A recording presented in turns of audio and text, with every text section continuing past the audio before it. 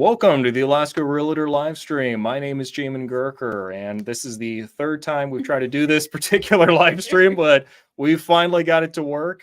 We've got one camera tonight, but the technical difficulties continue. But we're going to make it a great live stream. We're being joined by John and Noelia. I'll be introducing them in just a minute. They recently just moved up to Alaska, and they've have a lot of great perspectives from having kids and, having been here for really the entire summer at this point. So really looking forward to introducing you guys to them. Before we get started, just a couple of housekeeping things. As always, these live streams are, really as helpful for you guys as much as you interact. So if you have questions, concerns, make sure you throw it into the comments section. You guys have the subject matter experts right here, and you want to make sure that you get your full money's worth while you're here. So don't hesitate to comment and throw any questions, concerns that you have into the comment section. But yeah, without further ado, John and Noelia, thank you very much for joining us. All right, so let's go ahead and just jump right into this here. So what got you all think about moving to Alaska?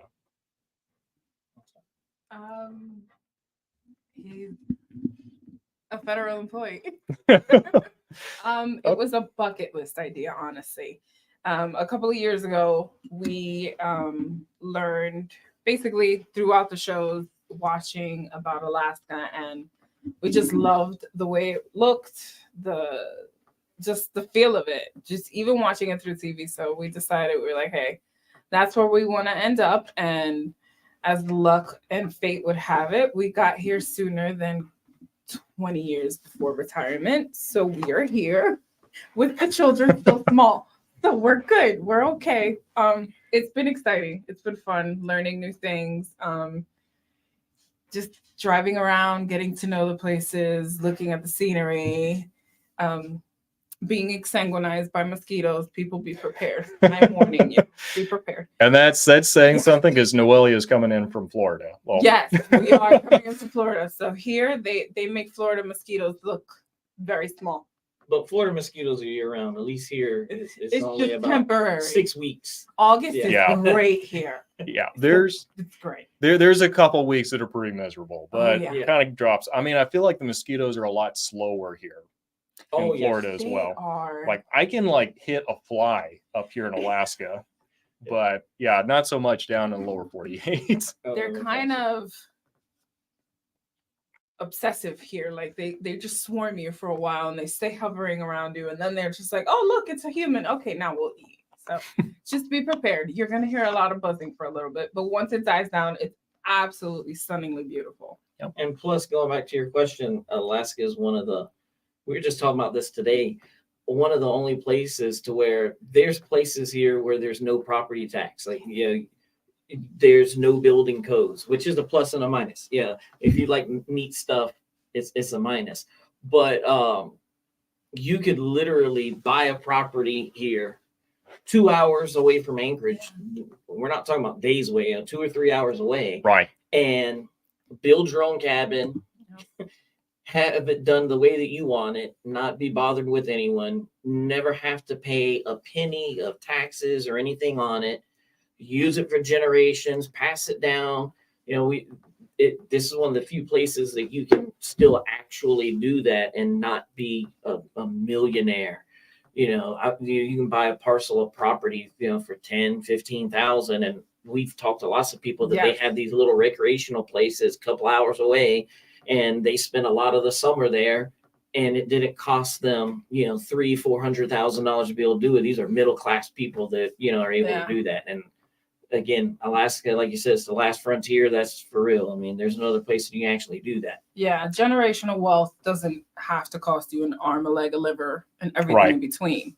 And this is one of the places that gives you that opportunity to fully develop that type of generational wealth, to where 20 years from now, you could just pass the property on to your kids. And your kids aren't worried about, dang, I got to pay another $5,000, $6,000 in property taxes every year. And then the other places in the lower 48 is so far away that, people have their recreational properties 2 states over and stuff. And here it can literally be 3 hours drive away from where you live at and still be able to have that. So Right. Absolutely.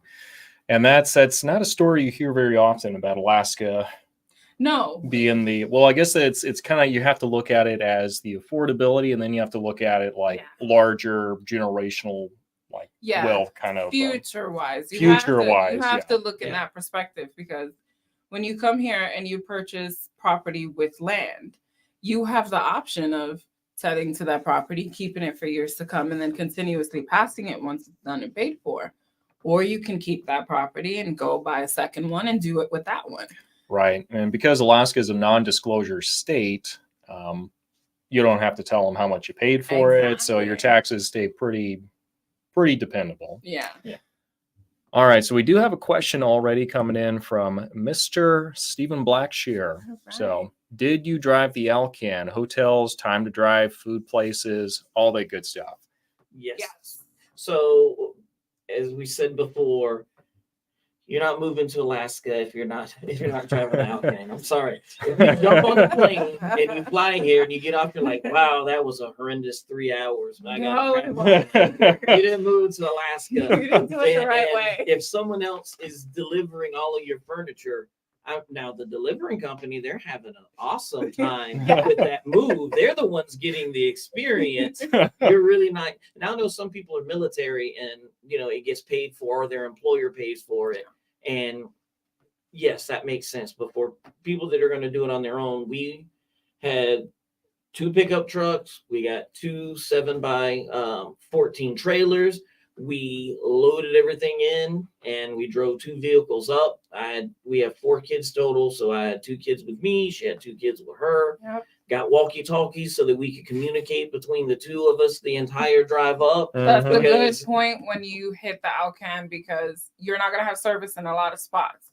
So having the walkie-talkies will actually help keep communication. Like if someone falls behind, right, you lose sight of them. You're like, okay, well, what's going on?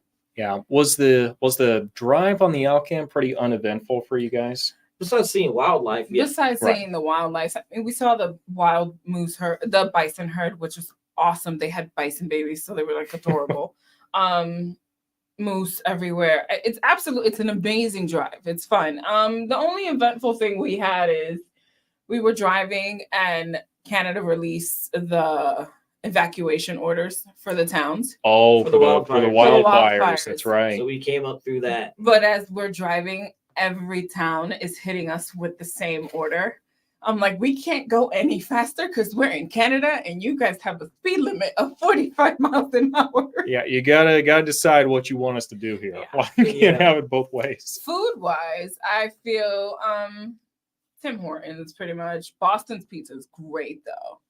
They have this restaurant. It's super good. Is that the name of a restaurant, or is that It is. food? Yes, Okay. and it is hilarious. It's so hilarious. you will read on the back of it, a Greek guy immigrated into Canada, was a commercial fisherman, wanted a pizza place, but couldn't find any good pizza at the time. It was like the 1980s. So then he wound up naming it after a city he had never been to, Boston, for pizza. And it's funny because some of the stuff that they have in there is they have like a gyro pizza. So it's like it's kind of like this fusion between the two, but it was great. And the hotels, one thing I'm just warn everybody is you either have to stop early. Adopt like a semi-vampire state while you're doing it. If you try to drive until 8 o'clock, 9 o'clock at night and stop for a hotel, they're going to be booked solid. Yes. Because there are so many people during the summer that are driving the Alcan. You're not. So what we would do is we would stop at like 3 in the afternoon, and then the hotels would be available before they filled up.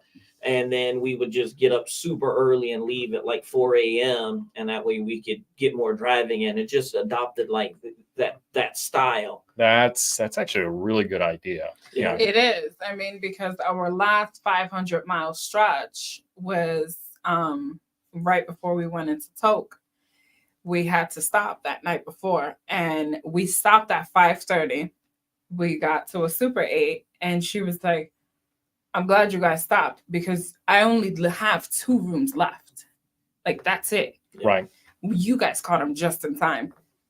As we were getting our rooms, you had 6 couples with kids come in asking for rooms. Yeah, it was. Everybody was stopping. Oh. Everybody. So And the other thing is, if you bump into people at gas stations, you're going to continuously see them along the trip. yeah, the same you people. do They're all heading It's in the like, same direction. You're all in going in the same It's like, way. where else do you think we're gonna go? Like, Yeah. So you just wind up after you see them a couple of times. You're like, hey, "So where how's are your you guys trip to going?" Alaska?" You so know? yeah, be kind, considerate. If you're coming from a big metroplex where Yeah.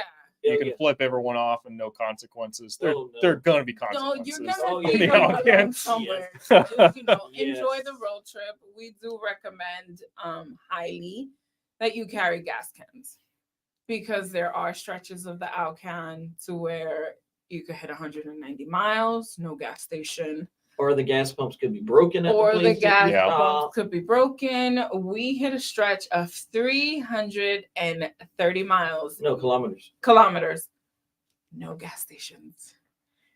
So just be cautious. Sip water very, very slowly. Don't assume just because it's on the map that they're open. No, exactly. No, there's because a it lot does that aren't. show Yeah. on the maps. Like if you get one of the Alcan, it'll show little spots to where there's supposed to be a gas station. And then as you're driving by, it's deserted, Yeah. old. Yeah. Yeah, just because it's on the map, there's like a 50-50 chance it's gonna be open. And people talk about the best way to say this.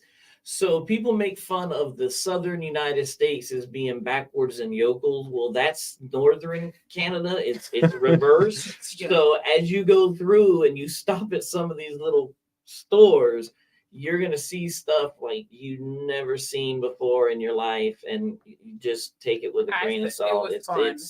It's crazy. Like one place, the bathrooms was like way in the back, and then you had to walk through showers in order to get to the bathrooms. Yes. It And a was laundry very unusual, and they're like, they had these big signs up: "Don't use our showers unless you've paid money to use the Yeah. shower." You know, but Don't use the washer unless you've paid. Yeah. Yeah. Yeah, that's a European thing, really. I think so. I Like- think so. I mean, it's convenient. Like if you're road tripping and it's fun and you just want to, stop Quick to get a rinse, normal yeah. shower and do some laundry. Like there's places you can stop that are really good about that, but just don't do it without paying. Yeah, that's the key there. So we've got a couple more questions here. So coming in from Louise Perry, so she made it back to Michigan from Alaska. Glad you had a great trip. And she's ready to come back. Saw a lot of Alaska during her mission trip. What areas have you two enjoyed the most since moving to Alaska? Well, we've been centralized in this area. We haven't been able Which to is Wasilla, moving, Right. Matsu Valley. but next summer we're going to be doing a lot more exploring. So the neat thing with Alaska is Anchorage is kind of the industrial heart, I would say, of Alaska. Even the northern communities, they're all supported by Anchorage. All the little small bush flights come out of Anchorage and just spread out all over the place. So, it's very unique because it's like the heart of everything here. So we want to go to the Kenai Peninsula next year and be able to check that out and Talkeetna and go up along the Denali Highway and circle back down around by Cantwell, up to Cantwell, back around Delta Junction, which if you look on the map, you'll see it's a big epic road trip. It takes a good solid 2 days to do that giant loop, but it's gorgeous. And Right. there's lots of places that you can, that's another thing here, coming from the lower 48 where there's no such thing as like free camping. Here there's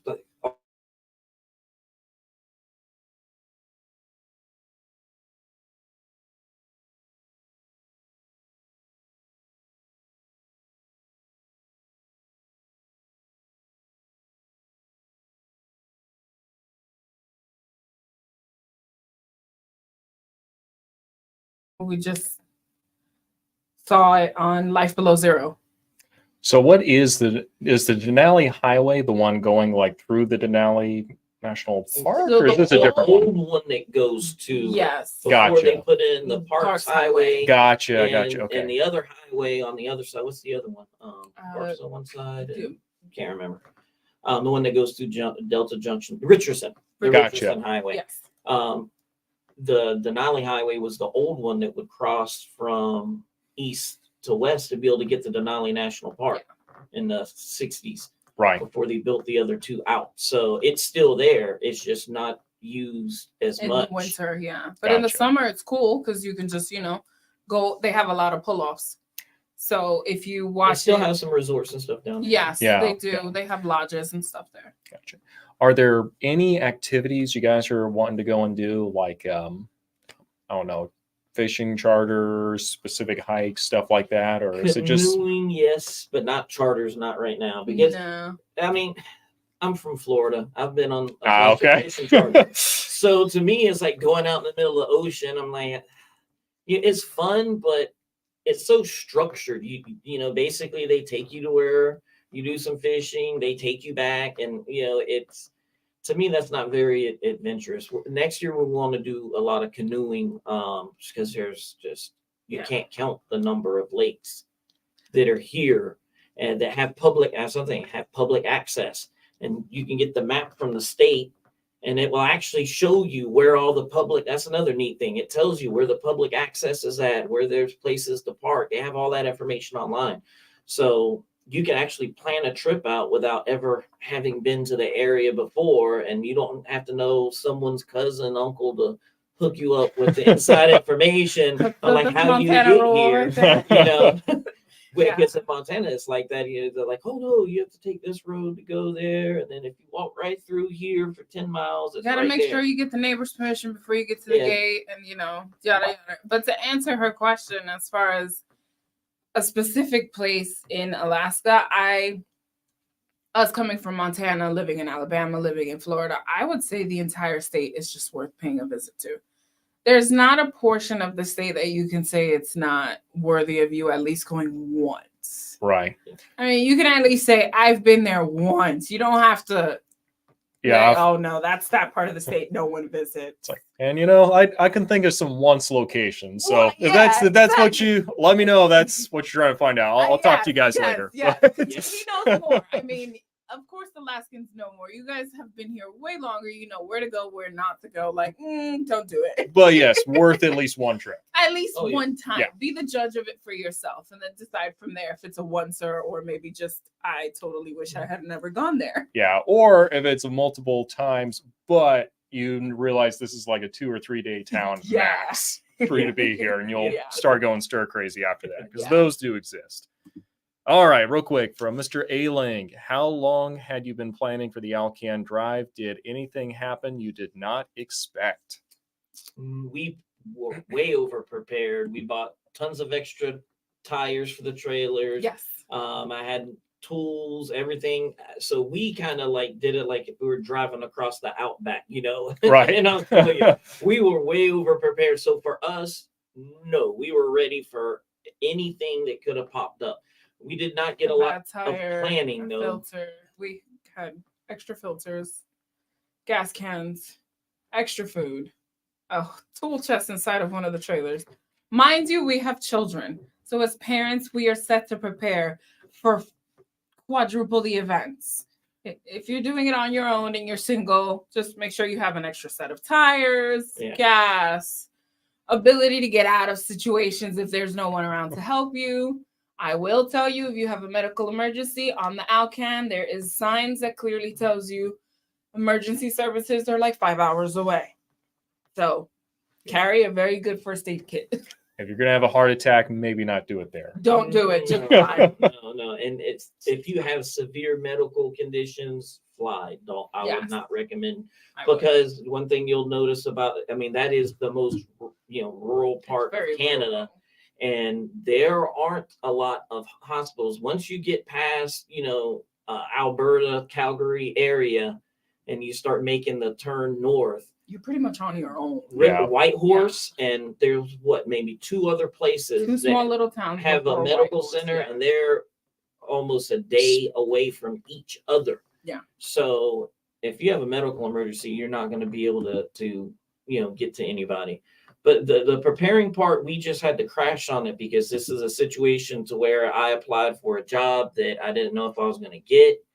I interviewed for it in February. They took until almost April before I found out that, that I got the position. And then he was giving 60 days to move. Yeah, of course. And then thank God we had a friend that knew Jamin that had relocated up here. So we got Jamin's information and contacted him. And he did everything remotely. We were not in a situation to where we could fly back and forth. Right. No, So that's he the reason saw why every Jamin is awesome, because he was able to do all the walkthroughs for us, and in a very hot market to where by the time we went and looked at a house, there were already multiple offers, and he was getting in quickly. Yeah. I think we saw about 5 of them, and we got pretty good at like seeing stuff virtually. But I mean, houses. I mean, he did walkthroughs. He was great.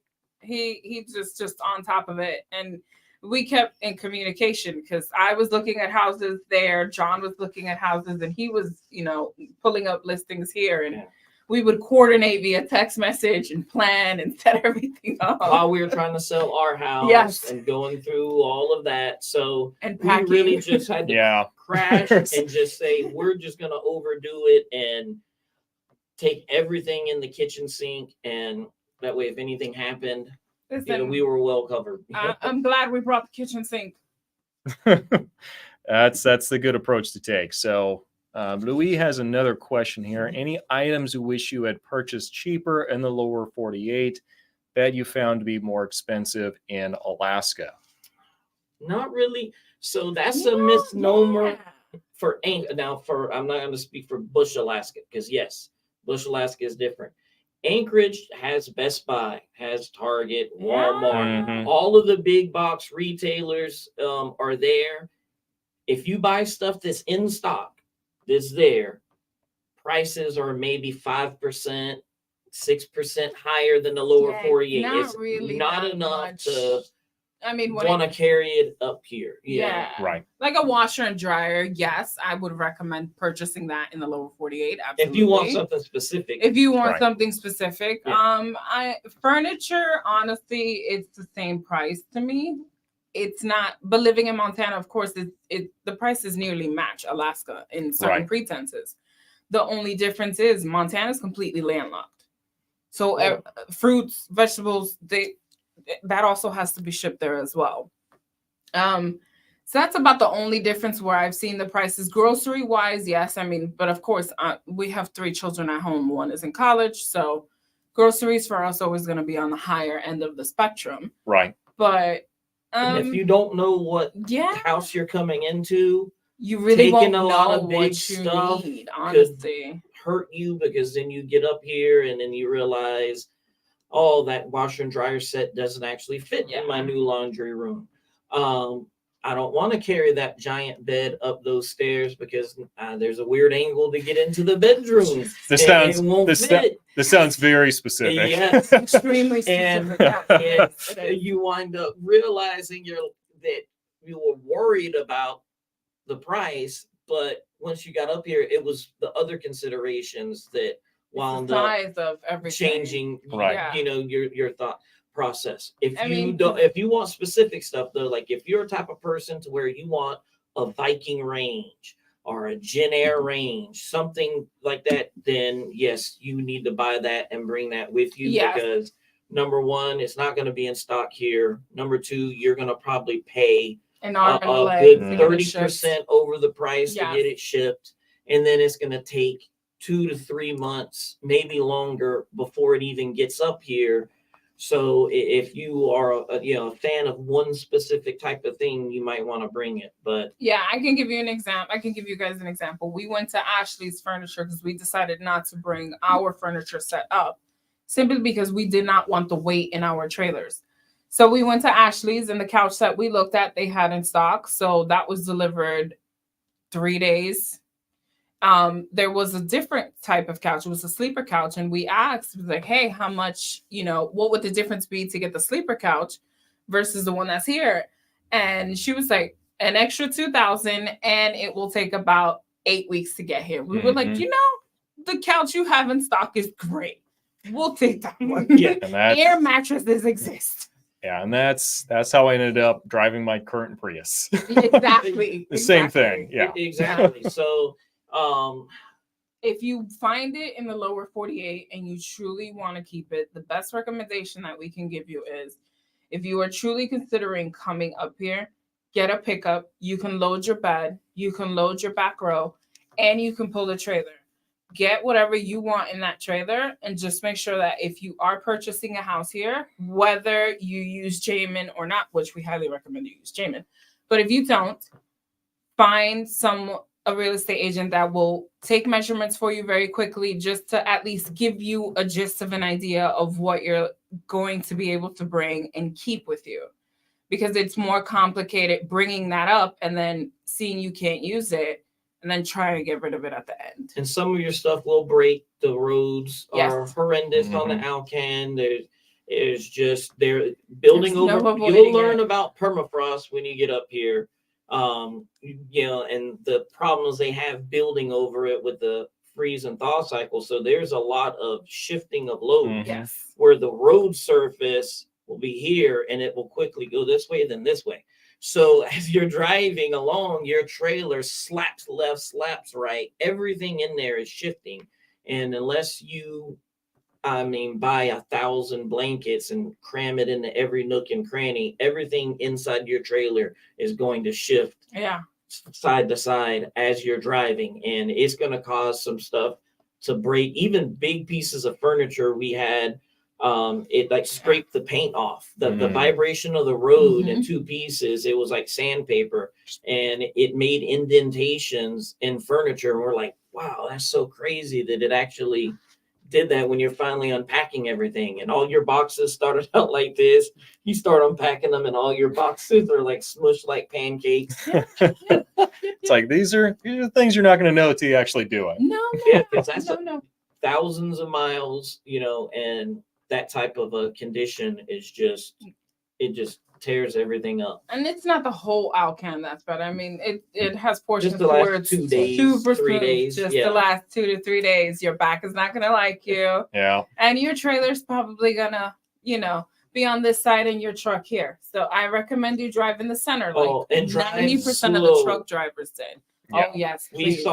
we passed so many people with blown out tires from their trailers Oof. because they were hauling Mhm. butt, came around the corner, they got a loaded trailer and nail a pothole and pop the tire. We came across so many people. You slow down a little bit and you make sure that they don't need help or anything, and then you just keep going. But we probably passed 10, 15 people with blown tires on trailers Mhm. because of them not, driving based on the road conditions. I give truck Yeah, drivers props. Yeah, I mean it's kind of it's a trap for people like from the US, because we're used to going like 75, 65.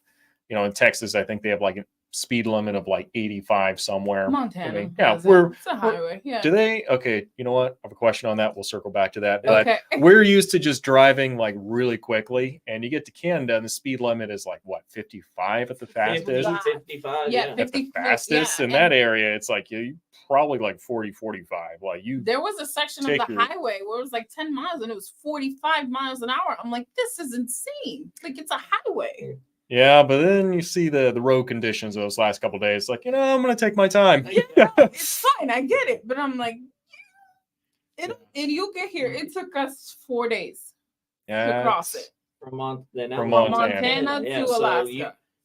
if you're coming from across the country, the first part of your drive is going to be cake compared to once you cross in Canada, and the whole southern part of Canada is just glass smooth roads and stuff. You don't really start getting into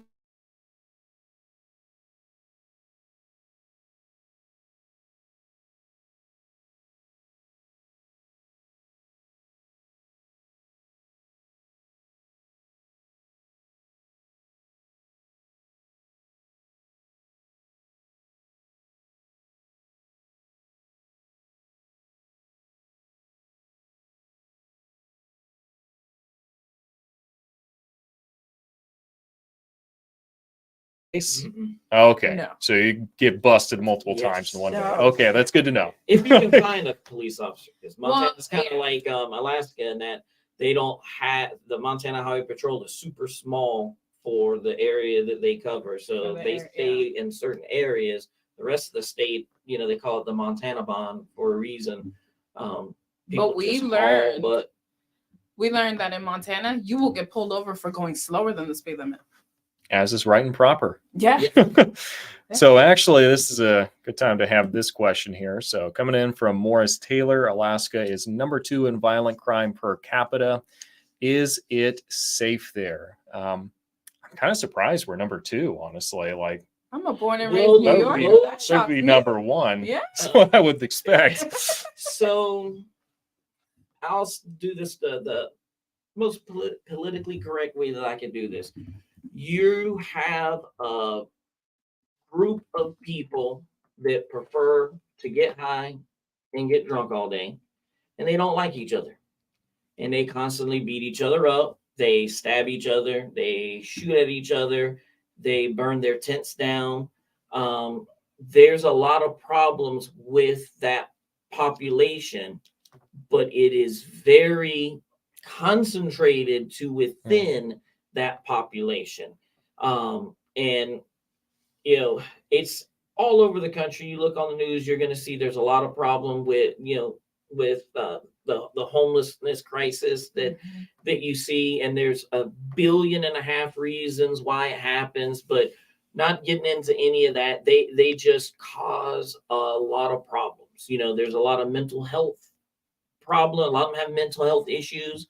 So just at my building, I got an email today that someone came in last night and they stole every single street sign within a 1-block radius of where I work, as well as all the parking signs, the handicap parking signs, the 2-hour parking only along the street, all the street signs. They just stole it for scrap metal, stole it all. So now the city's going to have to go in and probably pay thousands and thousands of dollars to replace all of these street signs in this area.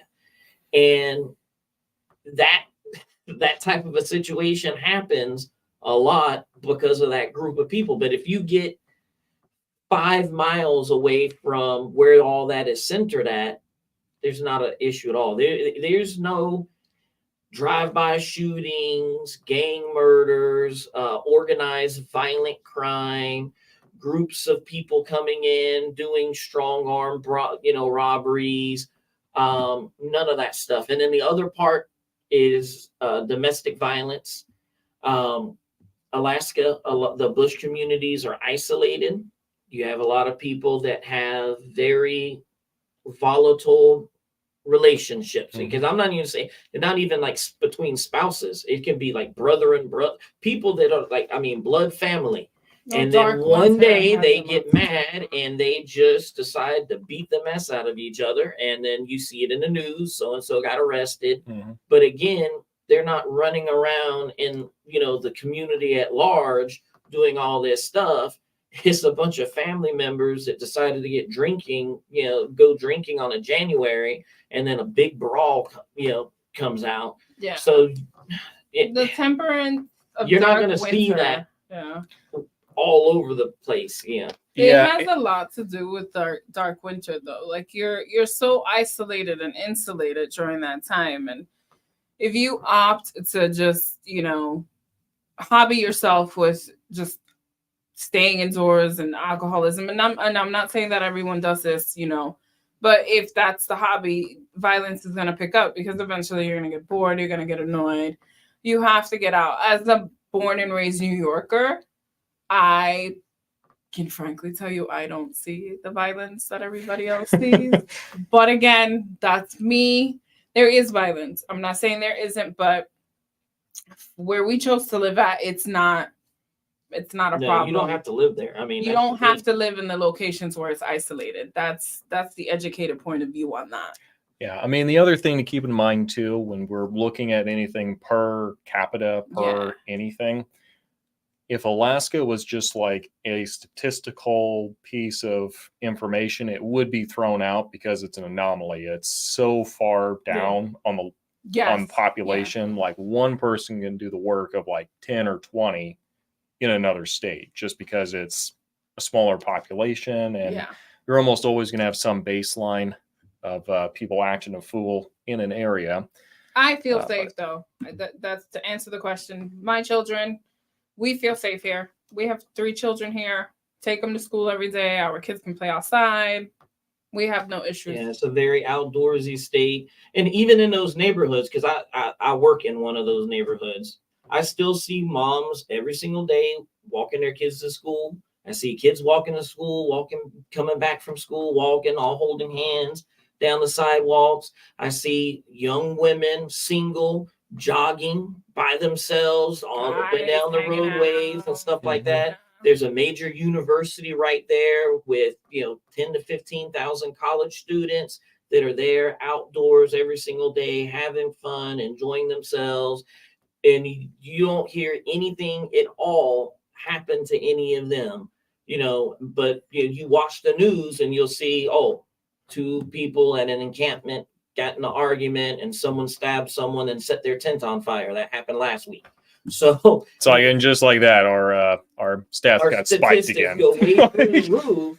And then if you look at it, you're like, oh my God, there was arson in Anchorage. Intentional arson. The reason people are burning buildings down, and then burned a tent. Instead of really, someone did set a house on fire. Got into an argument and lit the back of the house on fire. The guy got arrested.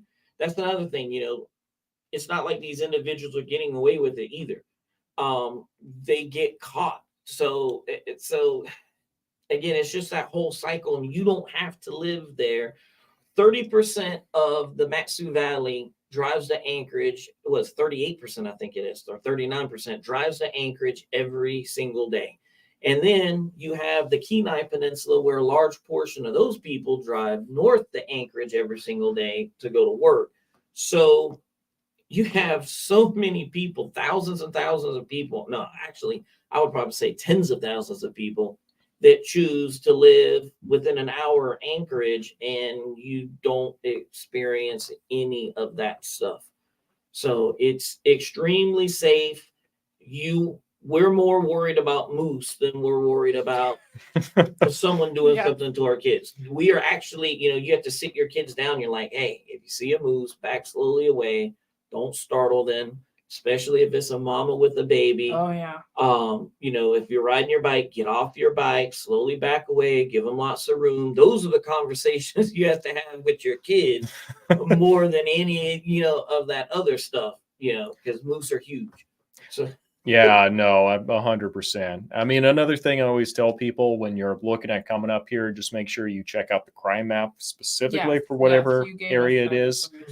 And then also to look at the crime map of where you currently live. Because once you do that, it's usually a pretty sobering exercise for most people. Because you're like, holy cows, why are we living here? Yeah, I mean, you gave us that reference too. You told us to do that. So we pulled up Wauwilla and we pulled up the closest biggest city to us is Great Falls. And I can tell you right now, Wauwilla might be going under sainthood compared to Great Falls, Montana. So it's a big difference. It is. I mean, again, like he neighbors said, care. Yeah, everybody has cameras up here. I'm going to talk about in the more the less condensed area where we are at. Where all the yards are an acre plus. The people that live there, we've talked to our neighbors. Everybody pretty much watches out for other people.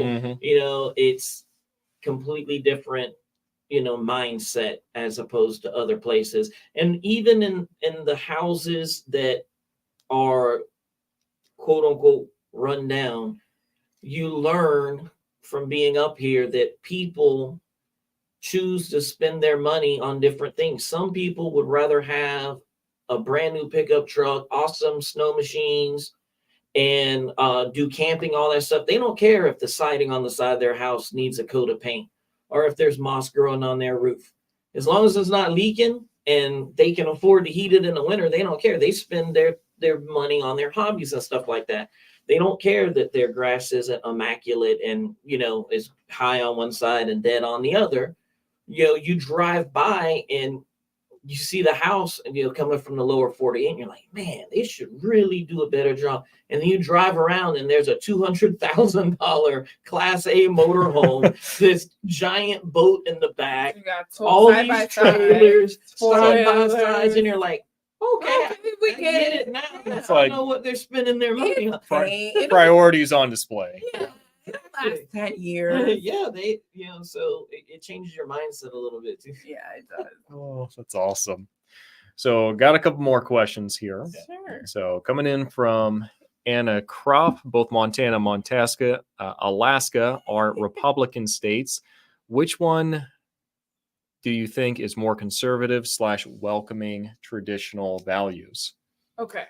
This is a good one. Like, I've lived in Montana, Yeah. but Yeah.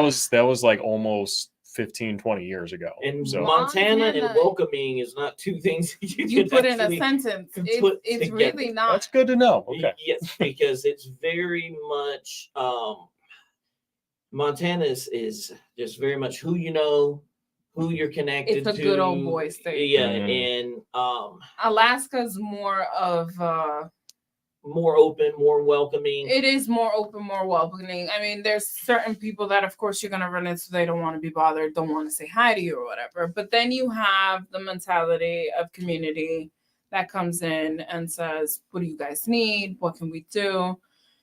So you do have that welcome, hi, how are you notion. We've met a ton of people the first week we got here, and we had to stay in a hotel with 4 kids. So that was an experience. And they were awesome. The hotel was great. And it was just a little hotel here in Wasilla, and they were very welcoming, very People are awesome. here but from all over. You're Yes. gonna see people from all over the place. you have um, very different point of views here. Yeah, and people here Montana wanna kind of be here. has one set point of view, and everyone sticks to that one set point of view. Here, you could have a millionaire talking with a blue collar person, just having a good old time. Well, they could be it on the won't same matter. fish bank. They Yeah, could be they on the could- same fish bank. You Yeah. can have a conversation. Yeah, kind of Alaska seems to be the great equalizer. Yeah, lot of that's ways. what it is. It's Yeah. pretty much leveling ground. And So for politics, yeah. see, here people are very much in it.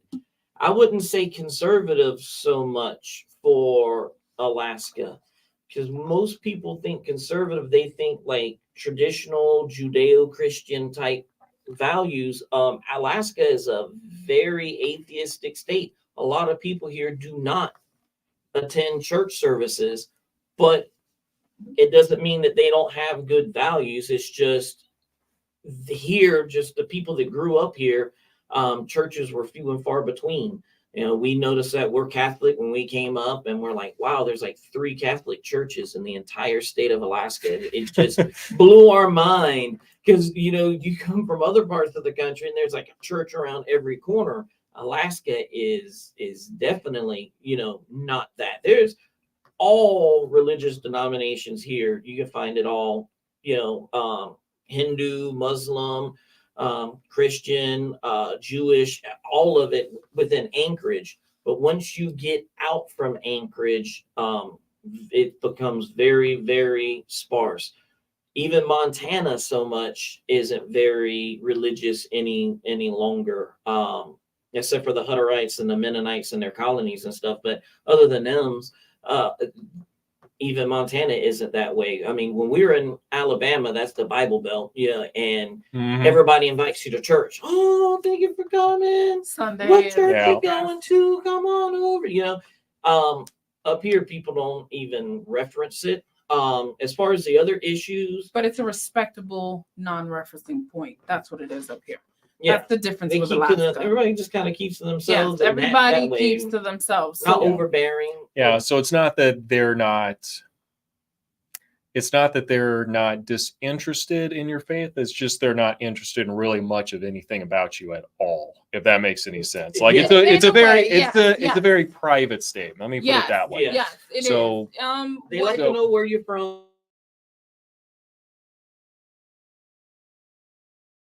Stuff. Yeah, I've noticed in Alaska, you kind of have to invite people in to like those aspects yes, of yes. your life. They Yeah. don't just. It's not assumed that your personal life is just common area Yeah, for so, everyone. I mean, No. no, I would say between Montana and Alaska, as far as being conservative, it's pretty much honestly the way everything in the world is going right now. But honestly, it's a point of view up here. Honestly, it's whatever for you one make thing, of though, it. but there's one exception to that when it comes to energy. Don't tell an Alaskan what to do. That's another one. When it comes to energy, Very that's true. where the dividing line is at. So you have these people that believe that, Alaska can run off of windmills and solar panels and needs to completely divest itself from all natural gas, petroleum, coal resources. And then you have and those people are normally not Native Alaskans, I can tell you that. Then you have the Native Alaskans to where that's what paid for this state. And that's still a large part of this economy. Almost all of our neighbors around us work in the oil and gas industry in one way or another. It is the food on their table. It is the clothes on their back. Our neighbor works in the And North Slope. if you want to do some fighting words, come in here and say, we need to get rid of petroleum and it's so nasty. Yeah, that's going to start a huge argument. That's where the dividing line is at in this state more than anything else. Yeah, I mean, there's a whole laundry list of like hot button topics politically that'll get Alaskans fired up. Oh, but yeah. like you guys will see it like around the next election cycle. Like you Mhm. just get inundated with like candidates where it's obvious their funding looks like they came from out of state. Mm-hmm. And I mean, just all their marketing and everything, you can tell, okay, this isn't like an Alaskan who designed this. Like this dude's not even holding the fishing pole correctly. Yeah. That kind of stuff. And that's the other thing. Fishing and hunting, again, natural resources, very protective in this state. You get up here talking about Greenpeace and you need to save the whales and ban the salmon harvest and all that stuff. Again, you're just gonna. There's no political spectrum to that. Native Alaskans are immediately going to become defensive because, again, everybody knows someone that works in one of those industries, and it spreads out throughout the state. You see on like TV, it's the little islands and stuff like Dutch Harbor and stuff. But when they're not fishing, all those people live in Anchorage and the Matsu Valley and those areas. They don't live there, year round. So it's contributing here to the economy. And you hear it all the time when they close a fishing season. Like this year, the snow crab season. Yeah, that's a suffering for a family Yeah, that can't go out and make money. That's their profit. The economy here. So, yeah. So that's where the political spectrum is at on this side. And just be very careful when you start mentioning things like that once you move up here. You really need to look at it, but from both sides. I mean, there's no one in the state that says they don't want clean water, clean air, and the environment protected. Or you could just be like me and have a sign at your house that says, listen, we value your opinion, but we don't talk politics or religions at the dinner table. I think that's fair. Yeah, that's the way it goes. I think that's fair. All right, so let's see here. Got a question here from A-Link. How did your kids like the Alcan trip? How are they adjusting to Alaska? Were they excited about the move, or were they resistant to the idea? So they were sure, they were shocked that we were moving to Alaska. They've moved a lot. They've done they're pretty much very cultured when it comes to just packing up and going. The trip on the Alcan was exciting. I mean, to them, of course, they're gonna tell you, no, it was boring. We didn't have any internet. We didn't have anything to do. But they got to see a total of 9 bears. They saw a brown bear and a black bear cub playing together. Don't ask. It's weird. I know. But it's true. They enjoyed stopping at different places. They fell in love with Canadian candy. But they just had fun. They're adapting very well to Alaska. They love the fact that school's not as long as it is. They do have to get up early, but it's not as long as it used to be for them. They're enjoying it. They're doing great in school. The schools up here are really, really good. Concentrate solely on making sure that the child has a curriculum for them and not just grade mass. You know, it's every curriculum is created for the kids. I'll add to that. The schools here are amazing. Yeah. Compared to other places. Alabama, horrible school system. Florida, horrendous school systems. You know, that's Extremely nationally overcrowded. known. Montana, very underfunded school systems. And, you know, our kids were going to an elementary school that was built in the 1940s when we were in Montana. Actually, it was the original high school. Then they converted it into a middle school at some point. Then they converted it into the elementary school. So, you know, kids during the winter, they're like, hey, kids can't come to school today. We have boiler problems again. The whole building's frozen. We have someone coming out. They're going to fix it. We have to do homeschooling, just constant. No air conditioning inside of the schools. Yeah, and it's hot in Montana during the summer. So the first month of school, the kids are always soaking wet and sweat. So when we came up here, again, Alaskans put their money where their heart is at, where they think it's important. And the school systems here now, Anchorage has issues with overcrowding of the schools, but that's poor planning. It's not anything beyond that. But in Matsu Valley, where we are at, they've spent a lot of money on the schools. They have tons of school programs.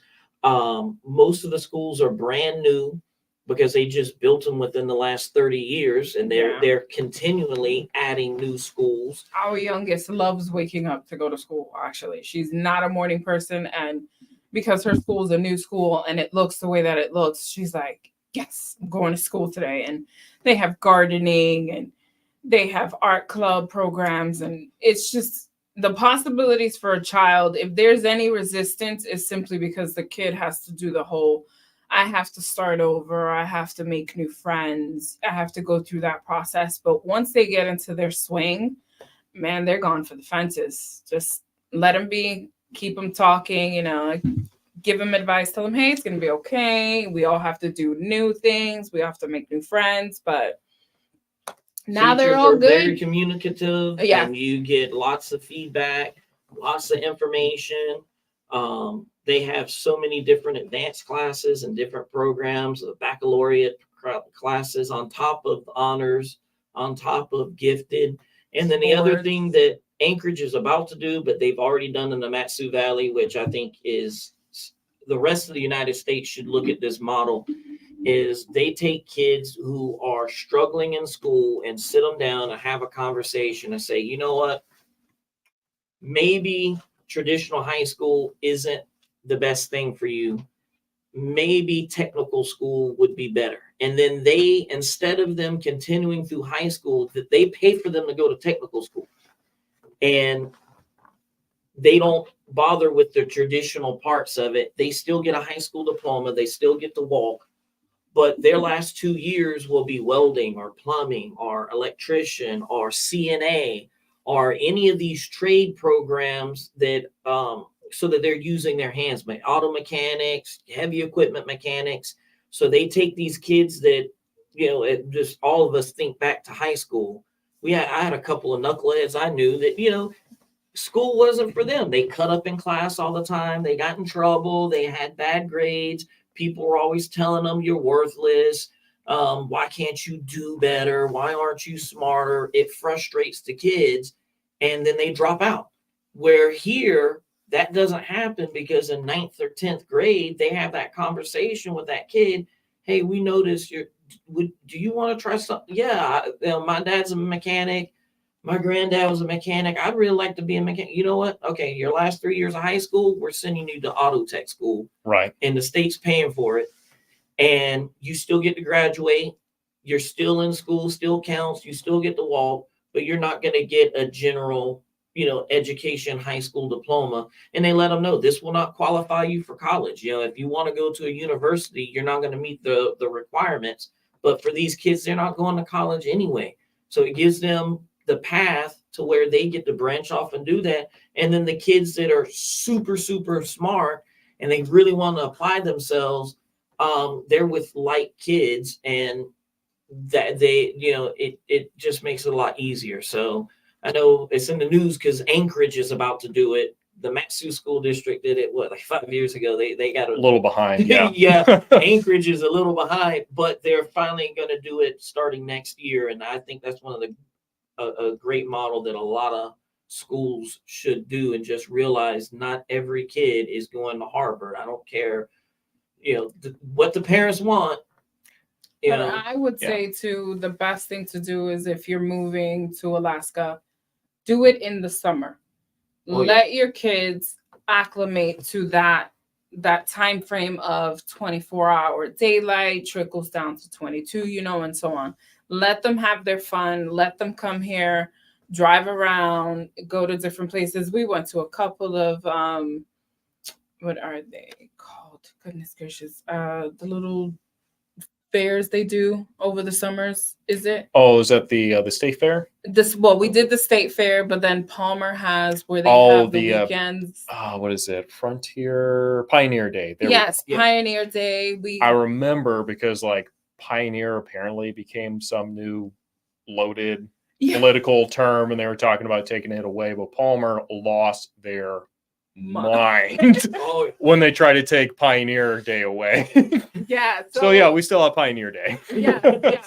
But coming up in the summer is better, I think, because once they start school, when the time starts to change, they begin to acclimate with the change.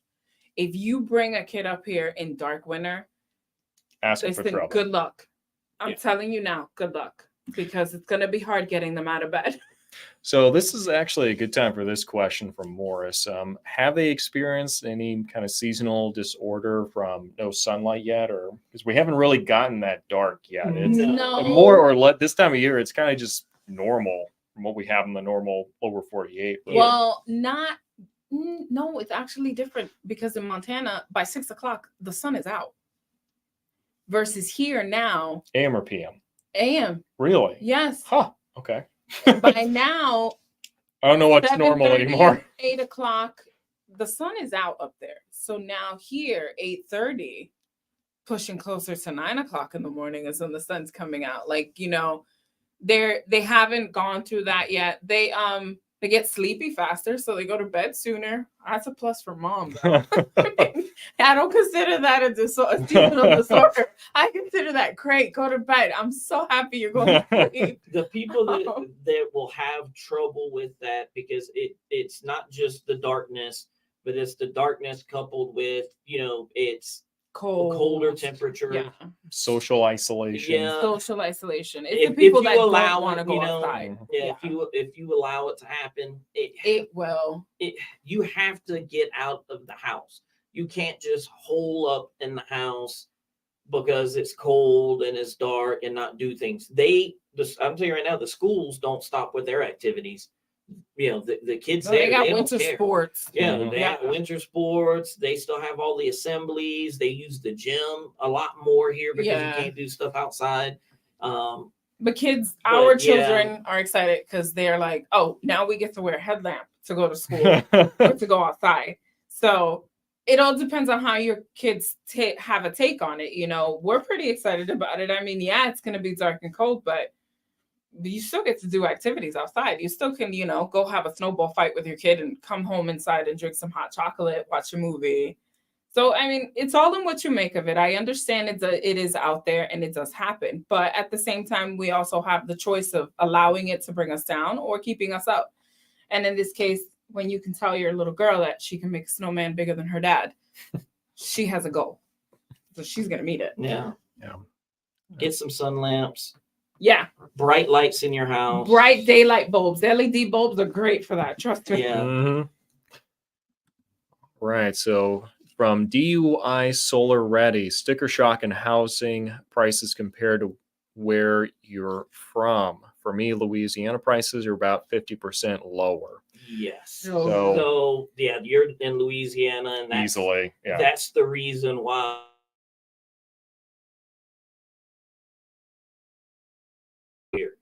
So it depends on where you are coming from. But the other thing you have to realize is where you're going. The house the build quality of the house.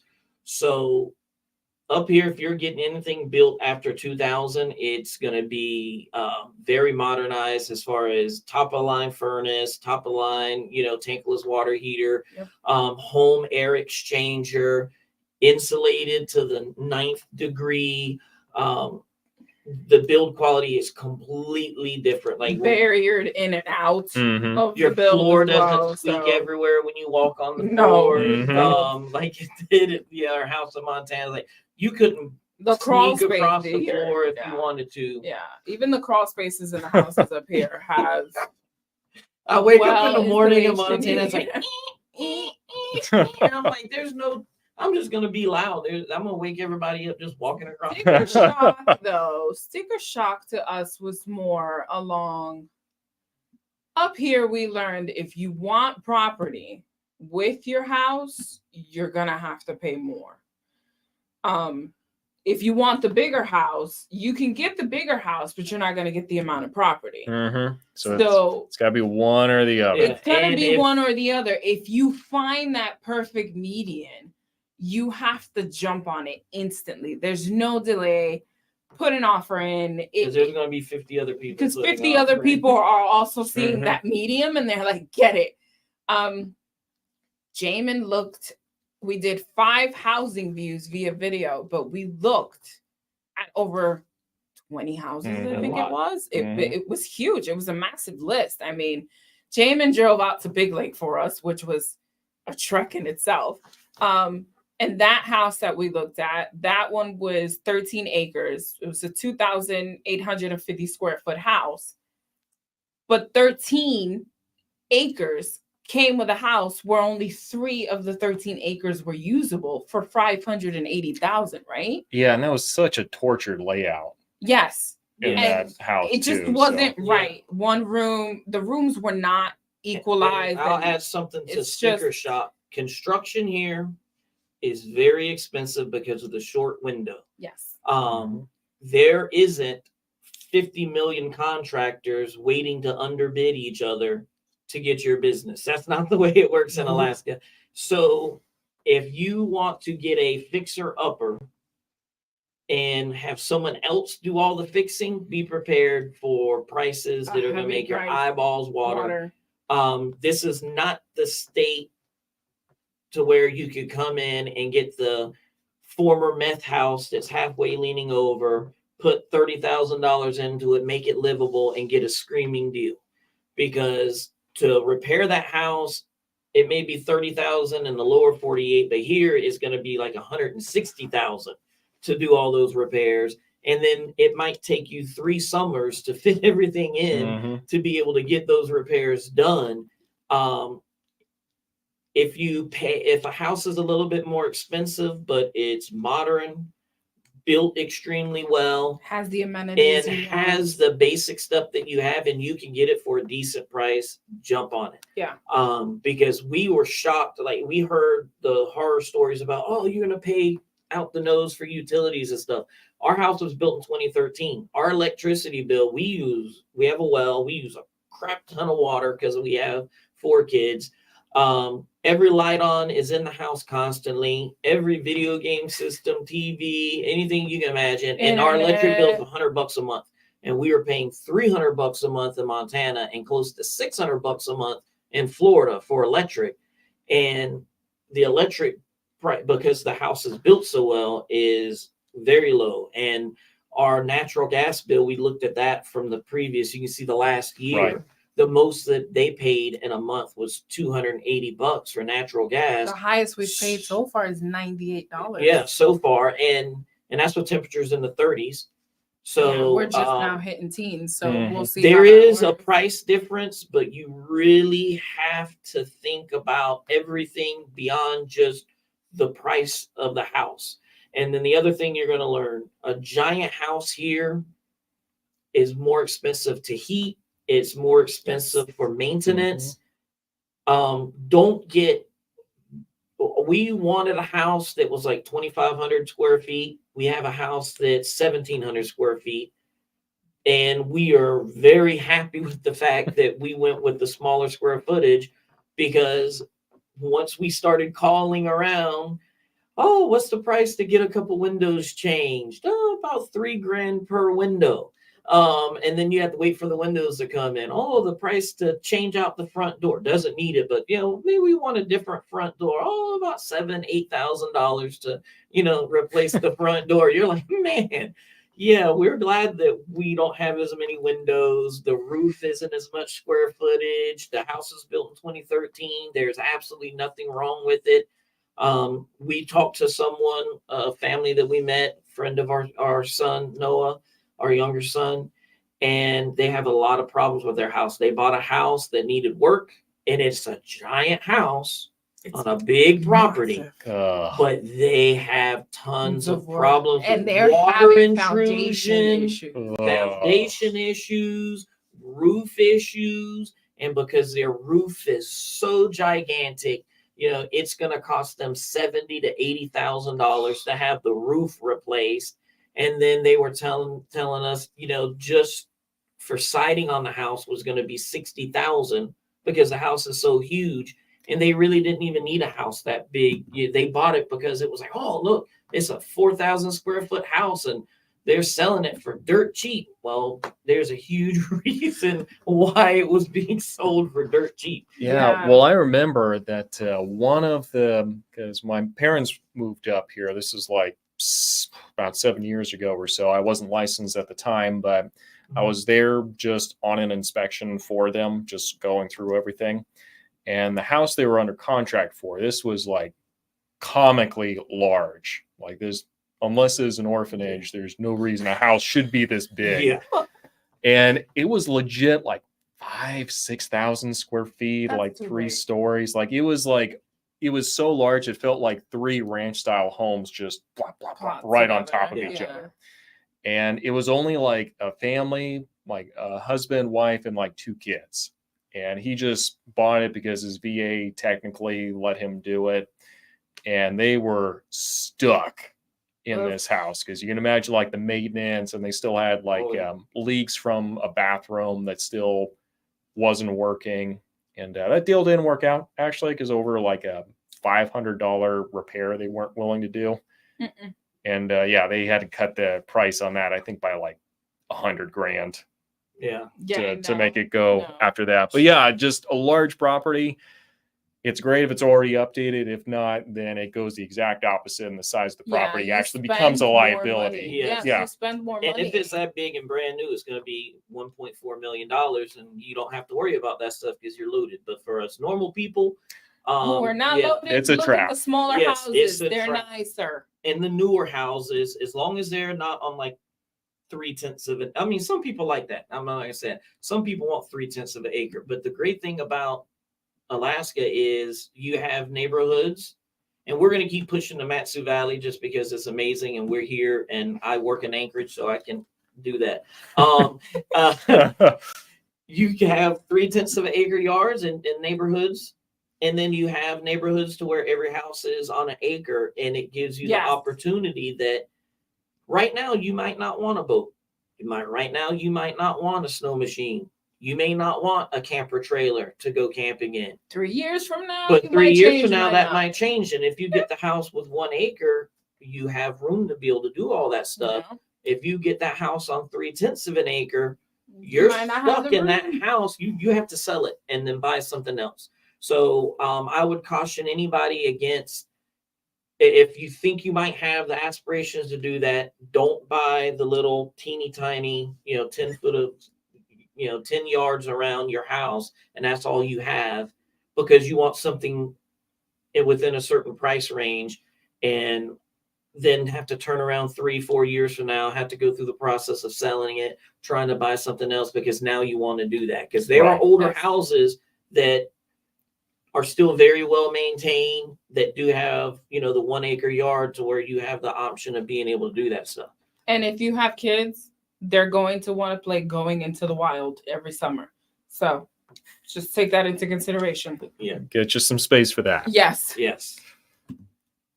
Right. So from DC Henderson 12, what kind of outside the house winter activities do you or do your kids participate in? What are some go go to takeout food places?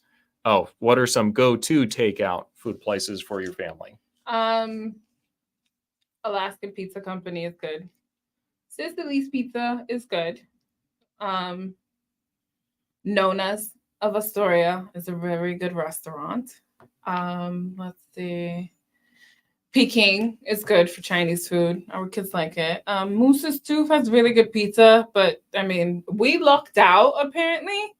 We had to wait 15 minutes, but typically it's like a 2 to 3 hour wait. So Yeah, that never happens. Yes. don't Do it again. I dare good you. luck. Do it again. Yeah, we're gonna try. We'll see. There's versatility in Wasilla as far as grabbing stuff to eat. There's McDonald's, KFC, All the regular Wendy's, chain all of the stuff, yeah. regular chain stuff. Then you have the mom and pop places. Everett's is a good one. Chepo's, Hacienda Restaurant is also really good. Our kids love that. Their Mexican food. You have options and versatilities as far as activities in the winter. My husband is taking me ice fishing this year. So I'll let you know how that pans out if I don't drown. Yeah, the kids want to do tobogganing. Yeah, See, tobogganing. Montana, you get the cold, but you don't get snow. So just like sledding and stuff like that, unless you're in the very high mountains, which then you can't do get that to there. anyway. Right. Yeah. You really don't have any of those things. So our kids, they want to do snowshoeing, they want to do tobogganing, they want to do ice skating. That's another. There's so many ponds. Just look at the map of the Matsu Valley and see all the little blue specks. All of them freeze over solid during the winter. You can ice, especially the smaller ones. You can ice skate on any of the ones that have public access. Always test the ice before you go on it, though. Please buy an ice pick. Yeah, but once you get past that, Once you they get want to do ice skating, looking at the aurora borealis during the winter time, which you get to see because of all the darkness. That's one of the pluses to Yes, that's the most exciting thing they're ready to for. the dark It's just winter. seeing the aurora and being able to have that. But I mean, there's other things you can, go up hiking and stargaze, and there's you find anything to do in A Alaska. lot of people honestly. stargaze. Yeah, we found a lot of people have telescopes, and they're like, "Oh, you have to get a telescope.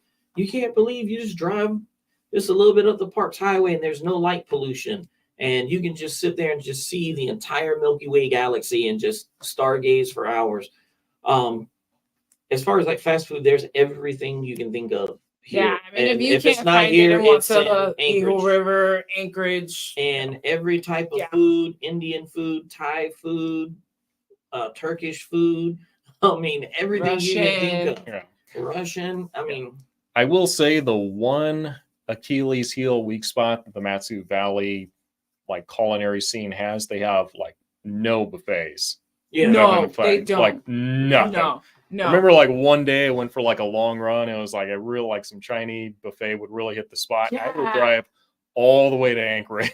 Yeah, to be able to get it. To get it, You have to do that, yeah. I mean, but there's versatility. Like in Anchorage, there's the mall.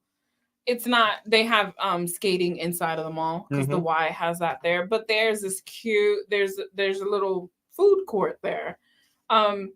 There's this really good Hawaiian food place there that John and I just go there just to eat lunch because it's that good. Yes. And they have the corn dog place that's all viral. We took our kids there. You get a Cheeto corn dog and it's covered in Cheeto chips and A it's corn crazy. log, more Just like leaning into it. Yeah, it's big around, and the corn dogs are like this long. They're gigantic. Crazy toppings on it. And all these It's crazy interesting. toppings. Yeah, they saw it on Instagram. They're like, "Oh, we wish we could see this." I was like, "It's in Anchorage." They're like, "What?" And Like, let's go. Yeah. We're just leaning into this heartburn. Yeah, pretty yeah. much. I mean, They're kids, yeah. man. They They're can do whatever kids, they want. so as far as the food choices, trust me, they have way more here than Montana has in a quarter section of itself. And when you talk about food places, like the food places are owned by people from there. So I went to Sushi Ya. Have you ever been to Sushi Ya? It's right down from Moose's Tooth.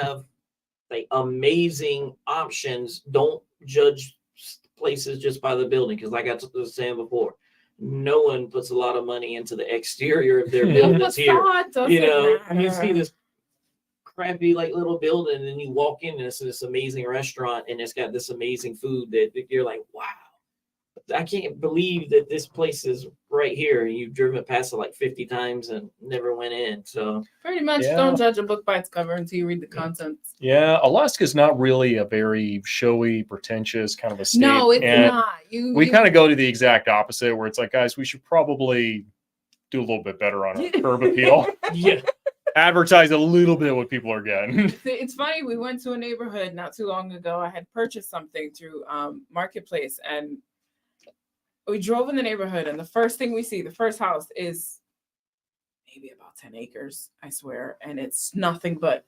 school buses and cars and tow trucks and everything, all of it, collector's treasure trove. And then about 5 minutes down, you have a massive, gorgeous house, brand new house, clean cut yard.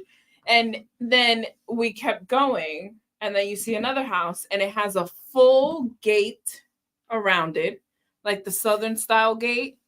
We were like, yeah, they're not here. They're not from here. You can tell who's from here and who's not. They're not from here. They're not. But it's funny. It's just funny the way things look. You come to Alaska, you're like, oh, that looks terrible. It's not terrible. It's just whatever. It's just got character. Yeah, there you go. All right, so couple more questions here. So this is going to be kind of a two-parter. So this is part one. So how is Alaska better so far than Montana? I don't have to drive an hour and 45 minutes to get my groceries. That's how it's better. I can get my groceries in 10 minutes. It's 10 minutes from my house, 15 minutes to Walmart, because Jamin knows. Gas is literally 5 minutes to get. The distance from one place to another here, like I know Alaskans are like, oh, it's an hour to drive to Anchorage. It takes you 2 or more to drive anywhere in Montana. So that alone made me the happiest wife in the world. That's my spiel. Okay, my husband can tell you. It's not bumper to bumper traffic. No, either. it's not either. No. Bad traffic here is you have to wait at a light for like 4 minutes, and that's it. Just like we were saying before, Montana is a very closed off state. Public land access is a big problem. Montana has all of this public land, but it's completely surrounded by private land, and the private landowners want money for you to be able to access it. You know, they're like a little troll sitting there collecting a fee. So there's this gorgeous lake that's owned by everybody in the state, but you can't get to it unless you have a helicopter and can fly across and land on it, or pay the people for access. Alaska is completely different. There's so much federal and state land here that has amazing access that you can actually get to. You can do stuff for days. Like we just recently got introduced to berry picking. That was amazing. I did that in my yard. That Yeah. was so fun. And we're like, oh, why is everybody there's like berry picking support groups on Facebook. This is how big it is. And then we did it, and we're like, wow, man, you can get like a whole gallon of berries in like 30 minutes. And then we're like, oh, let's come up with all these recipes, try the different bread recipe, making our own jams and stuff. And it just, the outdoors. You get your kids involved with that one. So you have our youngest is just running around. She's like, I need more berries. I need more berries. It's exciting. Montana is very restrictive when it comes to hunting as well. Everything is just, it's just lottery after lottery, which I know here it's the same, but you have, it depends on where you're at, what you're hunting, and you have more access here. Fishing is a godsend here versus how it is down there. It's difficult. We never did it, honestly, simply because you have to drive 6 hours to a good fishing spot, and then you had to compete with everybody that lived there, plus all of the tourists that came from out of state just to do fishing there. We And just it's not moved to like Alaska. here where It there's solved the salmon problem. runs and there's literally, millions of salmon coming up Yeah. the river. You don't have that, in Montana. Everything's It kind of being landlocked. landlocked doesn't help. So you the could be fact out that there there's no fishing for flow. 12 hours and catch 2 fish, and people are like, that was a great day. Like you No, were it talking wasn't. about. Sickly little trout. Yeah. and Salmon's is small. and so in all the freedoms here, like I was saying before, that the freedom to be able to do things like hiking is a perfect example. In Montana, you better have maps or the Onyx app so you know exactly where you're at, because if you go off into anybody's private property, you can be arrested.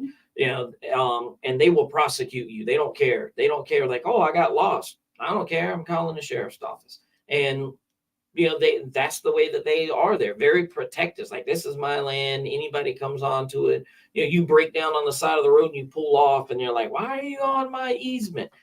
Here it's just completely different. Like, when you go to Denali National Park, the whole national park is basically open to you.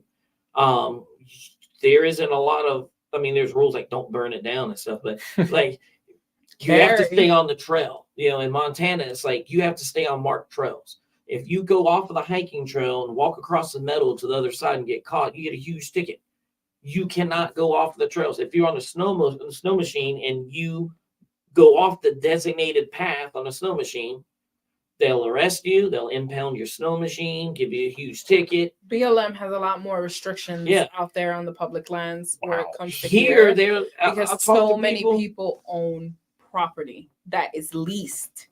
So, for example, there's this farmer. I used to work for the FSA. There's a farmer. He lives in Havre, Montana. He has over 20,000 private acres. He has 130,000 leased BLM acres. Because he leased it, he gets exclusive use to it. He gets exclusive use. Yeah, so you can't go there. So you have to get the Onyx app because it tells you exactly where it's basically his because he's still leasing it. It doesn't matter if BLM owns it. His name is on the lease, and it's a generational lease that BLM has. So his family's going to own that for the next 100 years. Right. And here, I've talked to people that are like, yeah, we went into Denali and we hiked across these 4 valleys, slept here, hiked across these 4 valleys, slept there, went fishing in these 2 creeks, and came back. It was like a 5-day trip. I'm like, that's like amazing. Awesome. Hatcher's Pass, people go up there and just the berries, people pick up their blueberries, the wild crown. It's just, you have a lot more freedom in Alaska, we feel, than in Montana. Yeah, that's wild. I am kind of disappointed in Montana, honestly. You would think, it's more, you would think that it's more open, but so many people own so much private land that they're not making it a free, it's not freeable. It's pretty much not like Alaska, and then where if someone owns 500 acres. In Montana is encirclement. Yeah. So there'll be 10,000 acres of BLM land, and a rancher will come in and he will buy all the land around it, fence all that off, and you can't say you can't cross his private property. And now he's captured this huge parcel of public land that's for his own personal private use. And the state is very laissez-faire about it, and they allow it to happen.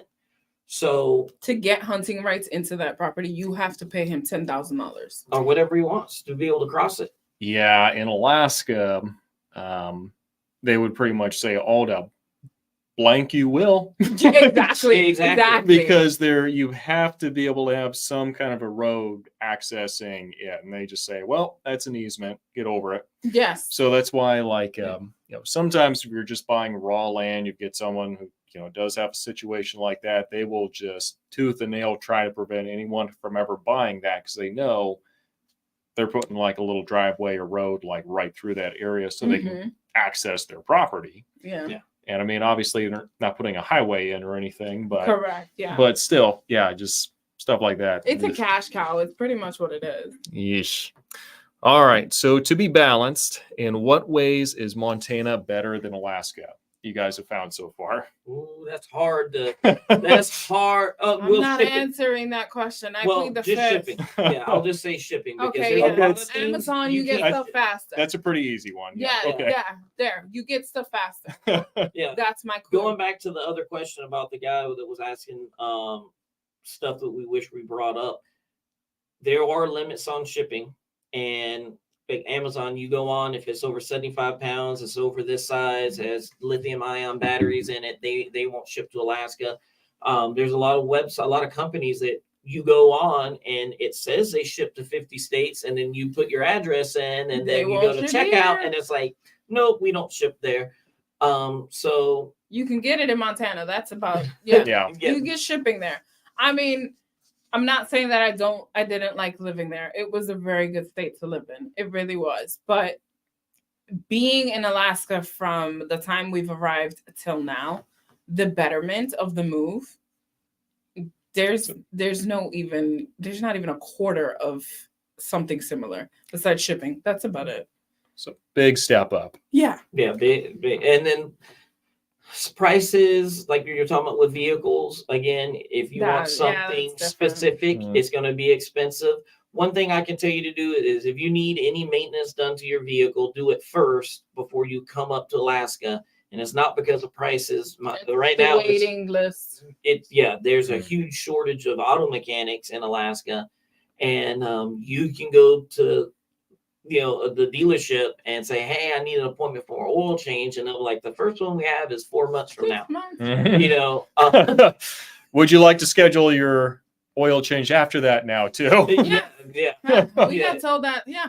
We did. They're like, I do it called. in advance. And I have an appointment for the 8th, and then she's like, okay, well, since I have you on the phone, do you want to schedule whatever they tell you that it is gonna happen? I was like, we don't even know what's gonna. She's like, you better schedule. I'm like, yeah, sure, okay, fine. High pressure sales tactics, but okay. It's working. It's working. Yeah, that's the only other thing that's better. And that, like we said, going back to construction, skilled trades, in Montana, you could pretty much call a company and they'll be out that day. Here you call companies and they're like, hey, we have to fit you in, even for little routine things, again, because of the lack of skilled trades. So, But also, depending on where you live in Montana, the company can get you in, but they'll add $150 surcharge if you live 40 miles away from wherever they're located. Mm. Because Read the fine it's print. too far and you live in a rural area. So you have to read fine print, because they will charge you an arm and a leg simply because you're like, I don't want to live in town. And guess what? I got to drive to you. So, ka-ching. schedule appointments for specialists. Like if you have any special medical needs, there's not as many specialists here. Again, there's a critical shortage right now across the country in rural areas for getting doctors out to the rural areas. And I can tell you, it's not the pay, because they pay doctors extremely well here. It's getting people that want to live here move that out becomes the barrier. But we had that problem in Montana as well. Montana is a state where, again, very Not everybody difficult wants to live there. to get doctors there. And we had some of the same problems. Like here, we've heard, like, if you need to go to an allergy specialist, it's like a 3-month wait, because there's only a handful of them in the entire, Anchorage area. And I have a friend that his son has a problem with his eyes, and they wound up flying him to Seattle to see a specialist, because the specialist here, the appointments are booked solid, and it's only a 3-hour flight, and it's very cheap to fly to Seattle. That's another thing I'll say is a positive. You can get a round trip ticket for $200 to get to Seattle. So I haven't looked at Hawaii, but I heard it's cheap, Jamin. It's not as expensive if you were coming from Montana.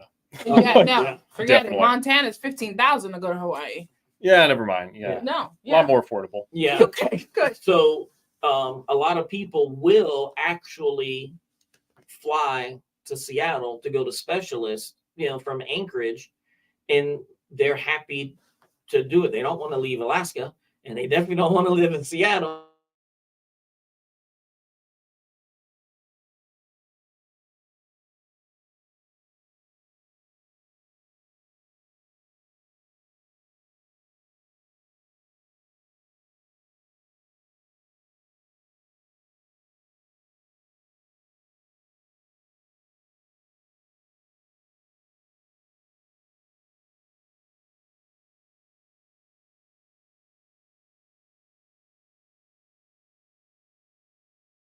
and not deal with it more. Yeah. Oh, okay. In Montana, they try to fix them here. That makes a little bit The more insurance sense. Okay. company is like, that's Alaska, just total it out.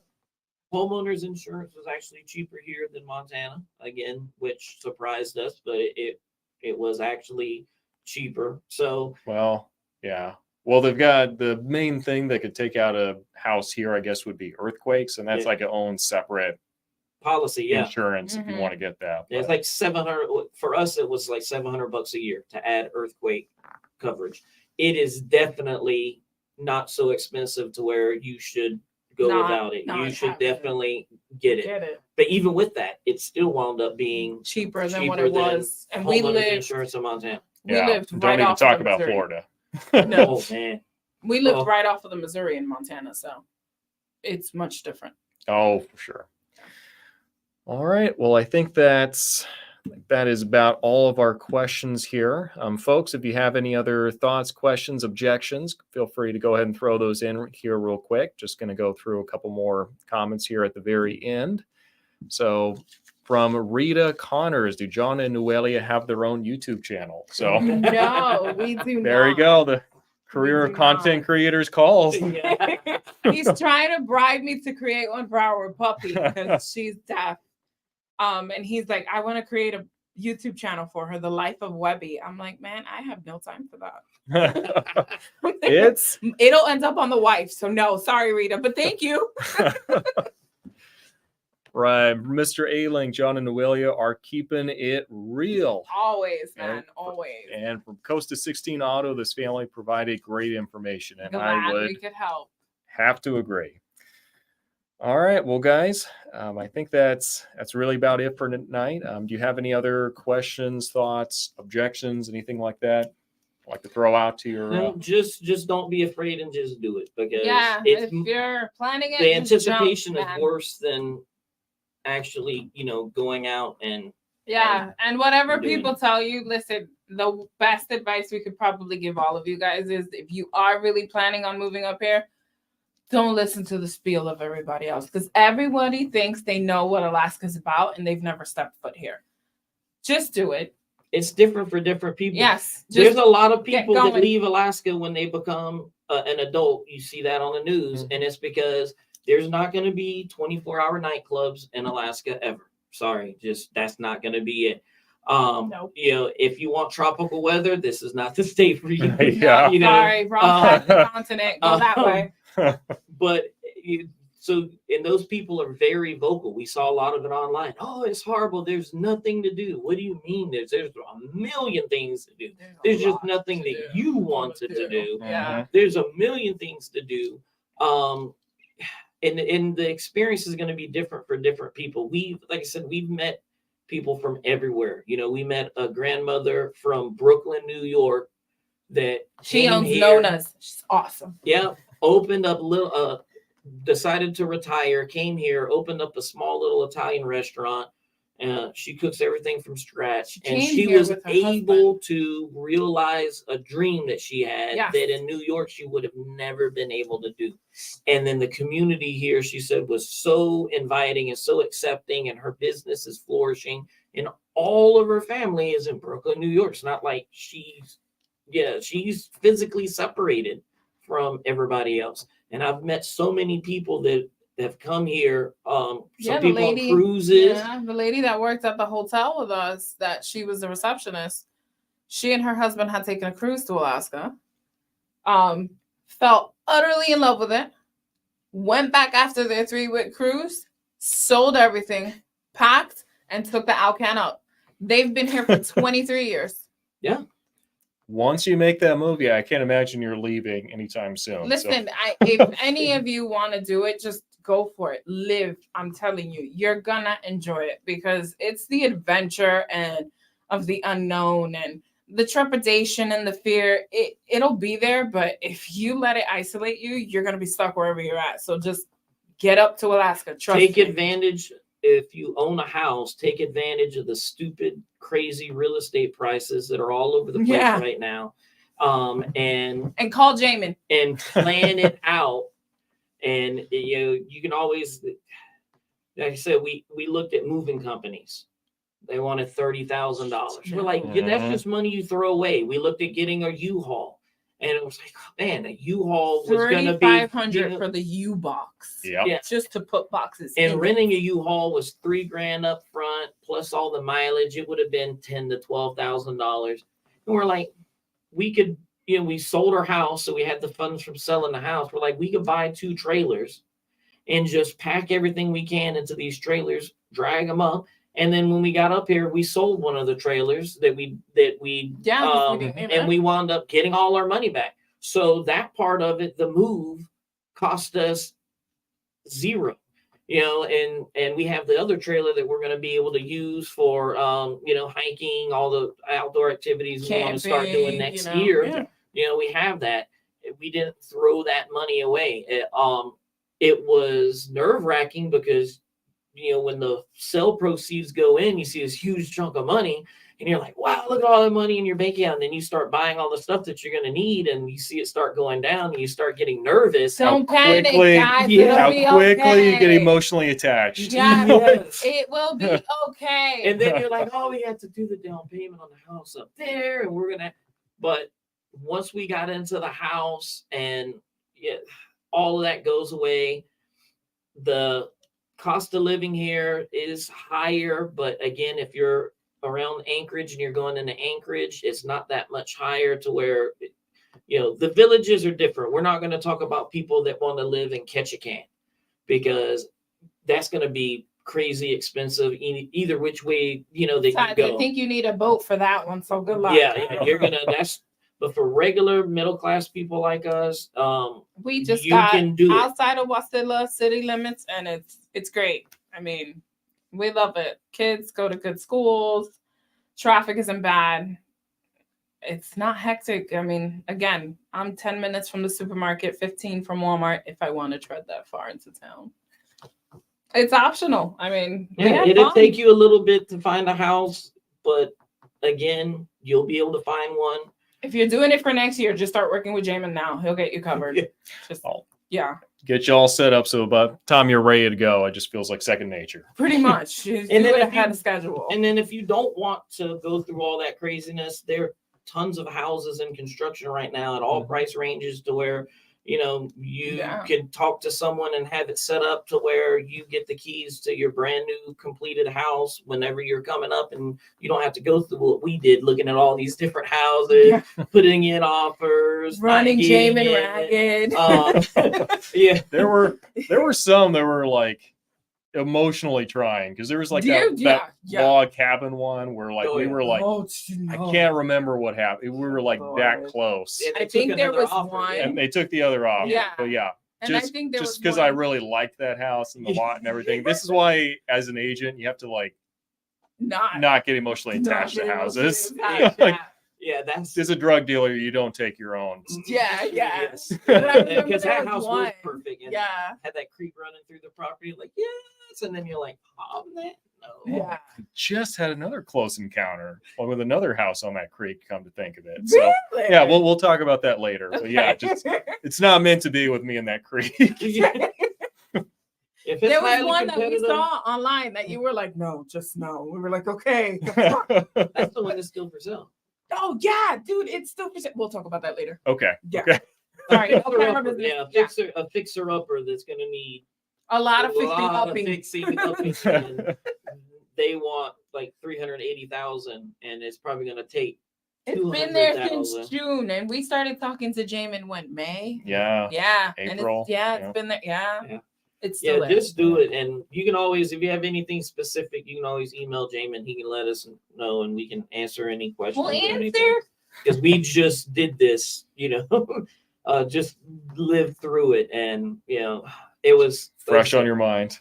Fresh on the mind, and the way we did it, I didn't see a lot of people doing it that way. We saw sell everything and just come with the clothes on your back. Yeah, a lot of people do that. You know what? I'm gonna be quite honest with you. Don't do that. No, clothes are expensive. So clothes are expensive. Don't do that.